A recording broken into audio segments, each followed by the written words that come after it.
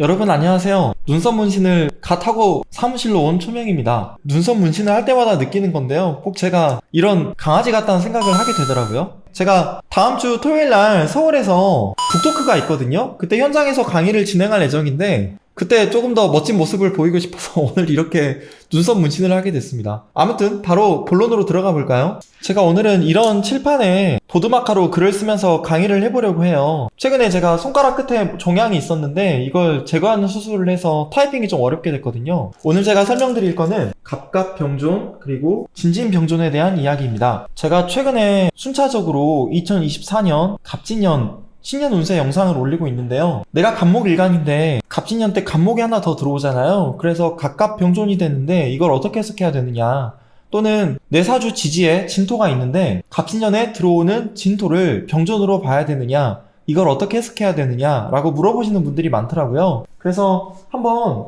갑갑병존과 진진병존의 의미에 대해서 다뤄보면 좋겠다라는 생각을 했습니다. 일단 이 갑목은 어떤 뜻이 있죠? 진취적이고 명예지향적입니다. 그리고 이 갑목이 주체성이 되게 높아요. 자존심도 엄청나게 셉니다. 그리고 무언가를 딱 시작을 할 때 앞장서는 기운도 어마어마하게 강해요. 그런데 만약에 원국에 갑목이 말 그대로 병존에 있다면, 참고로 연간에 갑목이 있는데 월간에도 갑목이 있다 그러면 병존이 맞거든요. 그런데 연간에 갑목이 있는데 내가 갑목일간이다, 이거는 병존이 아닙니다. 병존은 반드시 붙어 있어야지 성립이 되는 거예요. 어쨌든 원국에 갑목이 딱 붙어 있으면 연간이든 월간이든 이럴 때 딱 갑목이 병존되는 거고요.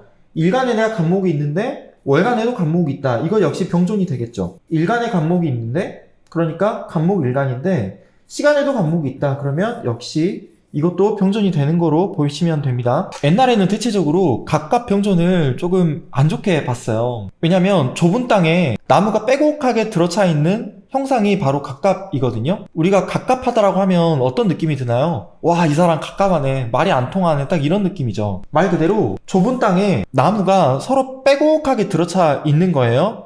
그래서 막 하늘을 향해 나무들이 사정없이 위로 자라기도 하고 옆으로 가지를 뻗고 그렇습니다. 얽히고 막 설키다 보니까 햇볕도 제대로 못 받겠죠. 그래서 갑갑하다라는 거를 사전에서 찾아보면 좁고 닫힌 공간 속에 있어서 꽉 막힌 느낌이 있다 라는 뜻이에요. 그러니까 갑갑병존은 갑목이 제가 주체성이 강하다고 했는데 이 주체성이 너무너무 강해서 다른 사람들의 말도 잘 귀담아 듣지 않고 내 고집만 내세운다는 뜻으로 해석이 가능합니다. 그리고 이 갑목이 좀 고고하기도 하고 이상이 높아요. 목표가 되게 높거든요. 그래서 이상이 너무 높다 보니까 현실 감각이 조금 떨어질 수도 있고, 아니면 내가 시작하는 기운은 강한데 이제 마음이 조급한 거죠. 그래서 무언가 일을 시작할 때도 항상 마음의 여유가 없고 감정의 동요도 작기 때문에 주변 사람들하고도 불필요한 트러블을 자주 일으킨다, 이런 식으로 해석을 해서 옛날에는 갑갑병존을 좀 안 좋게 봤던 것 같아요. 그런데 시대가 달라졌습니다. 그래서 고전에서는 이 갑갑병존을 안 좋게 봤지만 지금 이 시대에서 이걸 고지고대로 부정적으로 해석하면 절대 안 되겠죠. 과거에는 왜 갑갑병존을 부정적으로 봤을까요?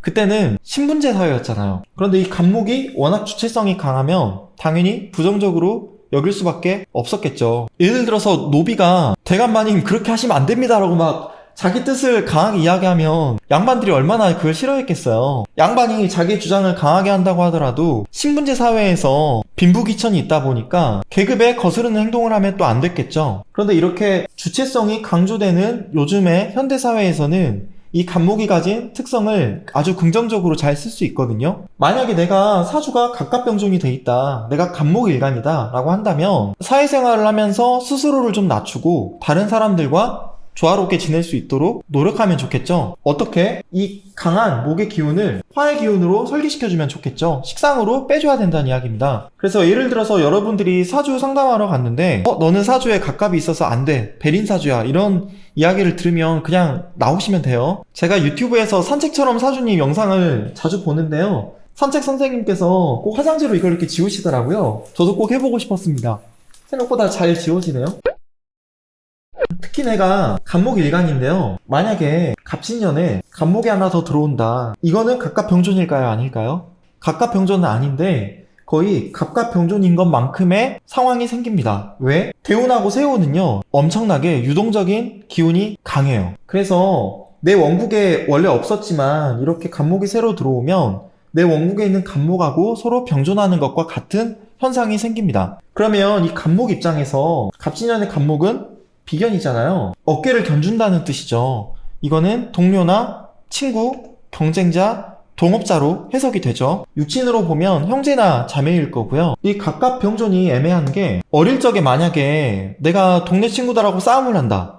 그럴 때는 형제가 있는 게 든든하겠죠. 근데 만약에 내가 어른이 됐어요. 나무가 어리고 여릴 때는 추운 지역에서 자라날 때 서로 모여 있으면 따스하게 온기도 나눌 수 있잖아요. 근데 나무가 엄청나게 성장을 했을 때 이걸 사람으로 치면 어렸을 때 내가 동네 친구들과 싸움을 할 때는 내 형이나 동생이 나에게 든든한 편이 되어주었지만 부모님이 만약에 죽음을 앞두고 유산을 물려주려고 한다. 그러면 어쩔 수 없이 그 재산을 이 형제하고 나눠야 되잖아요. 그러니까 이때는 조금 불편한 관계가 될 수 있겠죠. 또는 어렸을 때 형이 공부를 너무 잘하는 거예요. 아니 동생이 너무 공부를 잘하는 거예요.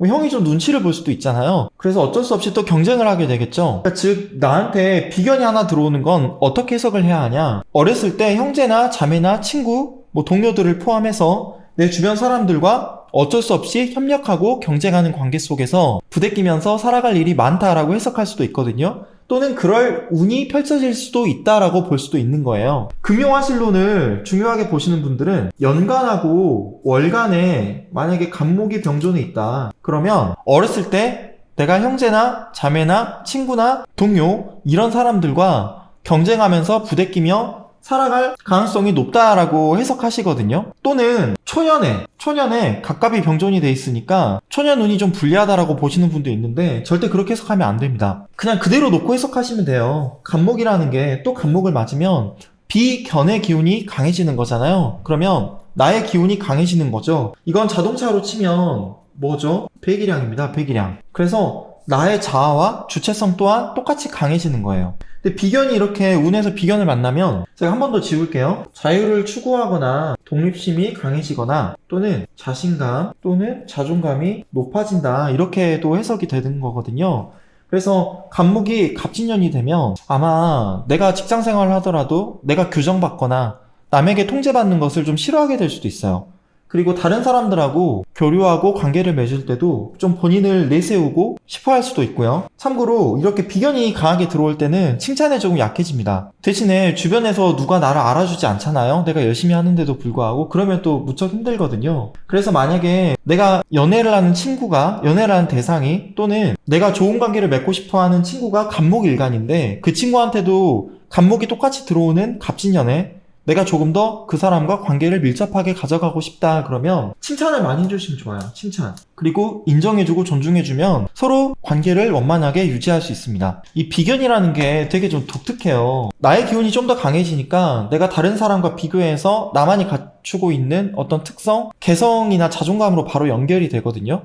그래서 내가 좀 더 나답게 살고 싶어하는 그런 성향이 강해집니다. 그래서 이게 긍정적으로 쓰이면 주체적이고 되게 독립적인 삶을 살려고 하는데 부정적으로 쓰이면 어떻게 될까요? 그게 오만이나 독성과 연결이 되는 거예요. 그래서 나만 옳다고 내세우고 다른 사람 의견에는 귀를 닫게 되는 거죠. 그래서 이거는 적을 만들어서 다른 사람들과 갈등을 불러일으키기도 하고요. 또는 나만의 경쟁력을 갖추고 내가 협업을 통해서 내가 속해 있는 조직을 성장시키고 그 안에서 큰 성취를 이뤄낼 수도 있거든요. 그러니까 똑같이 비견이 들어온다고 하더라도 이게 긍정성과 부정성이 같이 있는 거예요. 왜? 명리학은 양면적인 기운을 함께 갖추고 있기 때문입니다. 그래서 이 비견이라는 게 주변에 포진해 있는 경쟁자들로부터 내 것을 빼앗기기도 해요.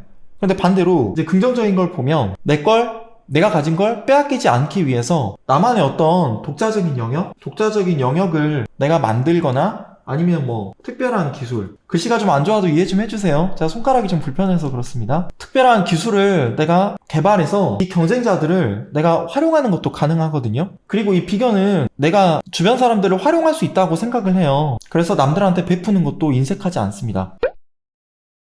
이 갑목을 또 만났을 때 갑진년의 갑갑 병존과 같은 운을 맞이했을 때 그러면 나한테는 이게 긍정적으로 발현이 될지 아니면 부정적으로 발현이 될지 이걸 어떻게 할 수 있을까요? 이건 개인의 사주 구조마다 좀 달라요. 예를 들어서 일간이 갑목일 때 이 갑목의 힘이 강한지 약한지에 따라서 달라집니다. 갑목의 기운이 강하다, 이 일간이 신강하다 그러면 주변에 아무래도 목의 기운이 많거나 주변에 수의 기운이 많을 경우 간목의 힘이 강해질 거잖아요. 이런 걸 우리가 신강한 사주라고 하죠. 신강한데 간목이 똑같이 들어온다? 그러면 운이 조금 불리하게 흐를 수 있어요.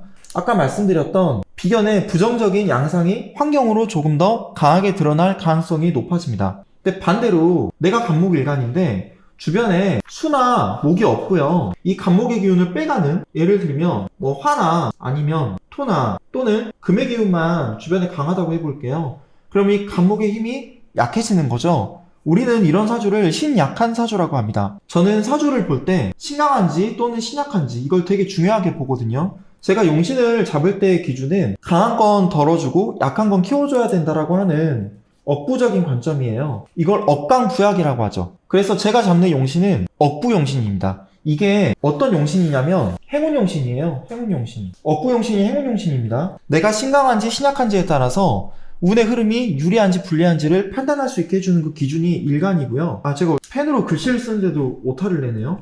일간이거든요. 그래서 여러분들의 사주가 신강한지 신약한지를 꼭 보셔야 돼요. 물론 내 사주에 수하고 목이 많으면 신강, 간목의 기운을 빼가는 금이나 화나 토의 기운이 강하면 신약 사주라고 제가 했는데 이걸 구분하는 게 대단히 쉽지가 않거든요. 그래서 여러분들이 무조건 신년 운세 콘텐츠를 보실 때도 간목이 일간인데 갑신년에는 좋다고 했어, 또는 이런 부분이 안 좋다고 했어 라고 할 때 무조건 그런 식대로 운이 흘러간다라고 보지 마시고 반드시 내 사주의 억부용신을 파악하시면 좋겠습니다. 다른 상담가에게 상담을 받을 때도 내 사주의 용신에 대해서는 꼭 이야기를 자세히 들어보시면 좋겠어요. 근데 무조건 유리하게 흐르고 무조건 불리하게 흐르고 또 이런 운도 없거든요. 모든 건 긍정적인 면과 부정적인 면이 같이 있기 때문에 여러분들이 혹시라도 신년운세 콘텐츠를 보다가 간목일간인 분이 조금 부정적인 이야기를 들었다 하더라도 저는 크게 염려하실 건 없다고 생각합니다. 간목일간 분들은 갑신년 때 들어오는 진토도 되게 잘 쓸 수 있거든요. 이게 왜냐면 간목이 진토를 볼 때 간목의 힘도 강해지기 때문에 신강한 간목이 갑진년의 운을 만나면 간목 입장에서 볼 때는 운이 부정적으로 흐르겠지만 또 간목이 토를 소토하느라고 자기 기운을 설리시킬 수 있잖아요. 그래서 갑진년 때 오는 이 진토가 정말 엄청난 역할을 해요. 이 진토는 대신 단점이 좀 있죠. 진토가 물상으로 용이기도 하고요. 또 물이 가득 들어차 있는 논이기도 합니다. 논에 물이 가득 차 있고요. 모가 일렬로 심어져 있어요. 보기만 해도 배가 부릅니다. 그런데 그 풍경을 바라보고 있으면 현타가 오죠. 저 수확하려면 오랫동안 기다려야 되는데 그게 실질적으로 우리가 추수할 수 있는 곡물이 될지 안 될지는 막상 가을까지 기다려봐야 알 수 있잖아요. 그리고 용은 현실에는 없는 상상의 동물이죠. 그래서 이 진토라는 게 권력의 속성과 좀 맞닿아 있는 간지입니다. 약간 황당무계한 게 있거든요. 이 진토는 또한 사람의 성장 시기로 보면 약간 사춘기의 시기 같은 거예요. 내 몸은 성인으로 자랐는데 아직 내 생각은 그만큼 성숙해 있지 못해서 쉽게 말해서 철이 없는 거죠. 내가 이땐 대단한 사람이라고 착각을 합니다. 싸우면 이길 것 같고 고집도 엄청나게 세기 때문에 부모님이나 학교 선생님 말도 잘 안 듣게 되잖아요. 이 딱 진이 그런 시기예요. 사춘기 같은 시기. 이게 생각사고요. 추는 봄춘자입니다. 그러니까 봄에 생각이 많아지는 것 같은 시기예요. 제가 그랬잖아요. 이 봄에 논에 물이 가득 차 있는데 뭐가 일렬로 심어져 있어서 보면 너무 평화롭고 배가 부르다고. 그런데 아직 수확할 수 있는 그런 땅은 아니잖아요. 그래서 이게 생각과 이상이 좀 동떨어진 그런 상황이거든요. 그래서 이 진토는 가장 큰 단점이 현실성이 없어요. 그런데 간목을 달고 오면 좀 다르죠. 왜? 간목을 크게 성장시켜 주기도 하지만 이 간목이 진토에 강하게 뿌리 내리면서 이건 소토시켜준다고 볼 수도 없거든요. 근데 이 진토를 간목이 봤을 때는 편재가 돼요. 이 재성이라는 거는 현실적인 결과를 내가 가져가겠다라는 뜻이잖아요. 그래서 갑진년 때 이 진토가 간목에게 신강하든 신약하든 엄청나게 좋은 영향을 줍니다. 그런데 이 진토가 병존이 되면 어떻게 될까요? 사주 원국에서 역시 진토가 병존되어 있다 그러면 연지든 월지든 이렇게 붙어 있어야지 형성되는 겁니다. 또는 월지나 일지에 붙어 있던지 아니면 일지나 시지에 진토가 이렇게 붙어 있어야 이게 병존된다고 할 수 있는 거겠죠. 일지에 진토가 있고 연지에 진토가 있어요. 이거는 병존이 아닙니다. 그런데 내 사주에 어쨌든 지지에 진토가 하나가 있어요. 그런데 갑진년 때 또 진토가 들어오면은 이거는 병존이 되는 거겠죠. 병존되는 거랑 거의 비슷한 상황이 펼쳐집니다. 이 진토가 병존될 때 일단 첫 번째로 드러나는 가장 큰 특징은 뭐냐면 이게 이제 피부질환이에요. 피부질환. 특히 연지하고 월지에 만약에 진토가 병존돼 있다 그러면 어렸을 때 아토피 질환 또는 여드름성 질환 이런 걸로 고생하는 경우가 좀 많습니다. 그러니까 피부 감염하고 좀 관련이 있는 질환이거든요. 이게 피부 질환이 습토냐 또는 조토냐에 따라 좀 달라요. 조토 같은 경우는 미토나 술토겠죠. 사주가 미토나 술토가 쫙 펼쳐 있어서 조우가 조금 치우쳐져 있다. 너무 조하다. 그러면 이건 이상하게도 약간 건선 있죠. 가려움증을 동반하는 건선? 그리고 토라고 하는 게 물상이란다. 토라고 하는 게 신체 부위에서는 가슴 또는 옆구리 살, 여성의 유방 이런 걸 뜻하거든요. 그래서 이게 또는 이제 위를 뜻하기도 하죠. 토가 너무 약해서 충 때문에 깨지거나 아니면 토오행이 너무 많다 그러면 이런 피부 질환이나 또는 위와 관련된 그런 취약한 점을 좀 가지고 있는 경우가 많아요. 어쨌든 이 진토는 습토기 때문에 염증성 피부 질환에 좀 가깝고요. 조토 같은 경우는 제가 아까 건선 말씀드렸는데 성인인 경우에는 당뇨가 동반되는 경우가 좀 많습니다. 그래서 만약에 특히 내가 일지나 월지나 시지에 진토가 있다. 연지 제외하고요. 이런 곳에 진토가 있는데 갑신년에 진토를 또 만난다 그러면 이때는 염증성 피부질환에 좀 유의하셔야 돼요. 예를 들면 세종대왕이 임진일주였거든요. 임진일주? 그런데 세종대왕이 뭘로 돌아가셨죠? 종기로 돌아가셨습니다. 좀 일찍 돌아가셨죠. 종기 때문에. 조선시대 때는 종기가 정말 무시무시한 질병이었어요. 그때는 외과적인 처치를 못했던 사회였기 때문에 어떻게 이제 왕의 몸에 칼을 대냐 라는 그런 생각이 강했기 때문에 그런 외과적인 수술을 할 수가 없었죠. 그래서 어이없게도 종기 때문에 임금들이 많이 돌아가셨거든요. 세종대왕이 특히 고기를 좋아하셨잖아요. 그래서 조금 더 취약해진 부분이 있지 않나 싶어요. 어쨌든 그런 피부 질환에 좀 주의하셔야 됩니다. 그리고 아까 제가 진토가 좀 비현실적인 속성이 강하다고 했잖아요. 이게 상상의 스케일이 되게 커요. 용이라고 하는 현실에선 존재하지 않는 상상의 동물을 뜻하기도 한다고 했는데 누가 인정을 해주든 말든 내가 왕이거든, 내가 최고거든, 내가 짱이거든 약간 그런 생각이 좀 있거든요. 이 진토는. 근데 진토가 또 진토를 만난다? 그러면 그런 비현실적인 속성이 좀 더 강해집니다. 사실 이제 갑신년에는 진토가 간목을 달고 오기 때문에 그런 속성은 좀 떨어지지만 특히 내가 진토를 일지에 달고 있다 또는 시지에 가지고 있다 그러면 진진병존의 상황이 좀 더 강하게 형성될 수 있어요. 왜 이런 상황이 펼쳐지냐. 이 진토라는 게 실은 자영으로도 성립이 된다고 하죠. 자영. 스스로를 괴롭히는 기운. 왜 이게 진토가 자영이 될까요? 진토는 신자, 진, 삼합 운동의 마무리를 하는 간지입니다. 수의 고지죠. 근데 우리가 수의 기운하면 떠오르는 특성들이 몇 가지 있죠. 그런데 우리가 수의 특성을 몇 가지 떠올릴 수 있을 건데 수는 화와 다르게 안으로 수렴하는 기운입니다. 그래서 생각은 되게 많아요. 지혜를 상징하잖아요. 근데 머릿속에 끊임없이 생각은 많아지는데 이걸 밖으로 드러내지는 못해요. 그래서 진진이 왜 자영이냐면 내가 머릿속으로는 정말 다양한 생각을 하고 하는데 현실에서 힘든 일이 있어도 그걸 밖으로 잘 표현을 안 하고 생각은 많은데 너무 이게 안으로만 자꾸 많아지니까 이걸 정리를 제대로 못해서 결국 스스로를 괴롭힌다 라는 게 되는 겁니다. 그런데 뭐 진진이 돼 있다고 해서 무조건 안 좋다 이런 건 아니에요. 대신에 그 원리를 우리가 좀 살펴보자는 이야기입니다. 이걸 긍정적으로 쓰는 방법이 토를 소토시켜 주는 거예요. 간목은 제가 진토를 만났을 때 이거 소토의 개념으로는 볼 수 없지만 진토가 가진 비현실적인 속성을 현실로 많이 끌어온다고 했잖아요. 그래서 간목의 기운을 내가 생성하거나 끌어오는 것도 진진자영의 부정성을 덜어내는 방법 중에 하나가 될 거고요. 또는 진토가 수의 고지고 안으로 너무 수렴되는 기운이다 보니까 반대로 화의 기운을 추구하는 것도 진진자영을 해소하는 좋은 방법이 될 수 있습니다. 자기를 자꾸 표현하는 거예요. 직업적으로도 어느 정도 해소가 가능하죠. 화와 관련된 직업 뭐가 있죠? 패션, 조명, 시각적인 거니까요. 인테리어, 디자인, 미디어, 사진, 영상 뭐 이런 쪽이겠죠? 이런 걸 업상 대체라고 하죠. 제가 나중에 자영에 대해서도 좀 자세히 다루어 보려고 하는데 자영이 되어 있다고 해서 뭐 사주가 배렸다거나 안 좋은 건 아니거든요. 그 원리를 좀 아시면 좋겠어요. 상형도 마찬가지입니다. 자묘 상형도 무조건 안 좋은 게 아니라 장점이 있는 간지거든요. 제가 오늘 강의를 좀 요약하려고 해요. 갑진년 때 간목은 언제 갑갑해지냐?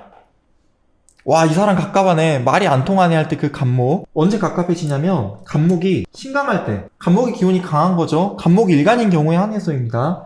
이 간목 일간이 갑신년에 간목을 또 만나니까 이거는 병존과 같은 현상이 생길 수 있는데 간목의 기운이 일간일 때 강하면 약간 부정적으로 흐를 수 있어요. 근데 이럴 때는 내가 다른 사람을 위해서 양보하고 경청하는 그런 유연한 태도를 갖출수록 훨씬 그 운을 불리한 걸 유리한 쪽으로 좀 끌어올 수 있습니다. 그리고 진토가 갑진년 때 또 진토를 만나면 이게 이제 병존되는 것과 같은 현상이 펼쳐지는데 일단 피부 질환을 좀 조심하시면 좋겠고요. 약간 비현실적인 그런 생각이 좀 많아질 수 있어요. 야, 나 코인 해가지고 한 100억 이상 벌어볼까? 나 저거 사면 부동산 부자 될 수 있겠지? 아니, 이번 연도에 내가 이거 하면 나 정말 잘 나갈 수 있을 것 같아. 좀 말도 안 되는 그런 생각을 할 수도 있는데 본인이 가지고 있는 생각이 정말 현실적인 게 맞는지 좀 구체적인 계획 같은 걸 좀 잘 세우시면 좋겠습니다. 진토가 병존되는 분들이요. 내 사주 원국에 진토가 있는데 갑진년 때 경금이나 술토가 내 원국에 있어서 갑경충이 되거나 진술충이 되는 건 어떻게 해석해야 돼요? 라고 물어보시는 분들이 계실 것 같아서 지난 시간에 제가 갑경충과 진술충에 대한 영상을 찍어서 올렸거든요. 충에 대해서 궁금한 분들은 제가 일전에 올린 영상을 보시면 좋겠습니다. 전 다음 시간에 또 다른 영상으로 찾아뵙겠습니다. 2024년 갑진년이 곧 시작되는데 새해에 제 영상 시청해주시는 모든 구독자분들에게 행운이 가득 찾아오길 바라겠습니다. 전 다음 시간에 또 뵐게요. 안녕히 계세요.